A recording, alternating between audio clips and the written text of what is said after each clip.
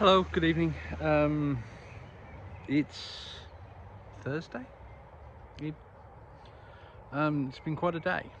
At 13:34, I had a phone call from a fellow parish councillor, Russell Lowe, and I wasn't able to take it. I was on the phone.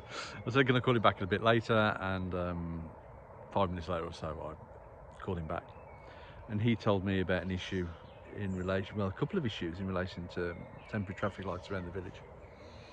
But it soon became clear that the major one related to Gilson Road being closed.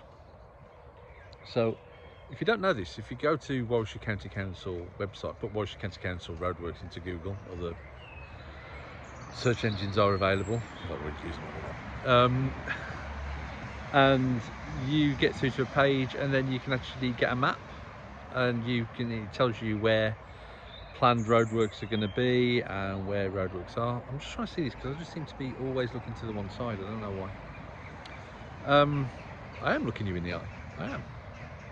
Anyway, you go and look down. I looked up the one, and it was Severn Trent, and it was meant to be a temporary closure. Well, not temporary closure. Sorry, temporary two-way lights. Which, if you've been down that road, you know that's been there since the 18th of April, which is Easter time roughly. And they were due to go tomorrow. And my immediate reaction was, well, you know, obviously there's some kind of delay and they need to get work done really quickly, and they've closed it. Anyway, what happened is that I rang Warwickshire County Council to say, do you know that they've closed this road? And the answer was, we don't think so. And they said, well, we'll take your number, we'll go and confer with Street Works who deal with that, and we'll come back to you. It's about 9 o'clock now, I haven't heard anything yet. But obviously the jungle drums go around and people say that it's a sinkhole and it's there and it's closed and whatever. I'm not saying it's not true. I've just got no official line on that whatsoever. They're possibly working out exactly what they have to do next. However, my next phone call was to BBV, who run the lights at the top of the Watton Lane A446.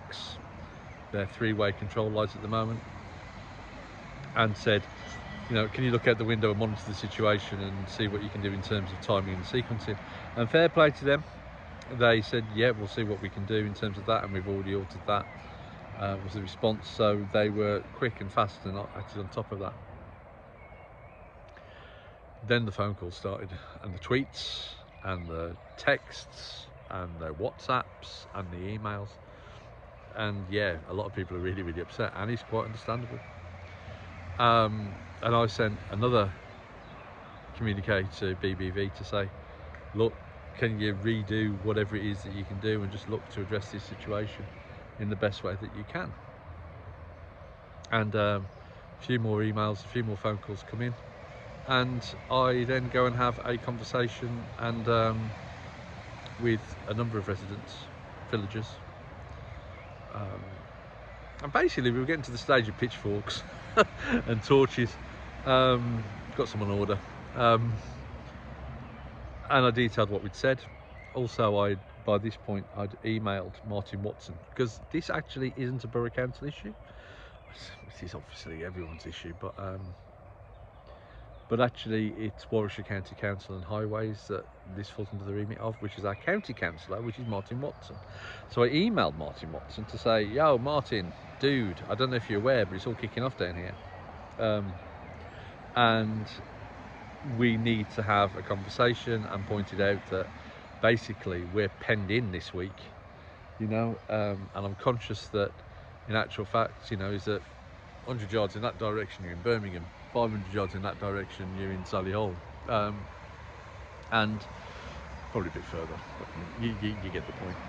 And the fact is that I don't know what link up or communication is had to ensure that we aren't effectively penned in, you know, and that we do have the ability to get somewhere. And yeah, it's a trivial matter, but it affects all of us. But I saw it's a trivial matter. I was saying is that my little lad asked if he could go swimming after school one day this week, and I said, yeah, of course we can. You know, now we go swimming at Windley, and basically to get there, because it stops at 4 o'clock before they start all their after school lessons, which means that had to pick him at 3:05. He has to be at the front of the queue coming out of school.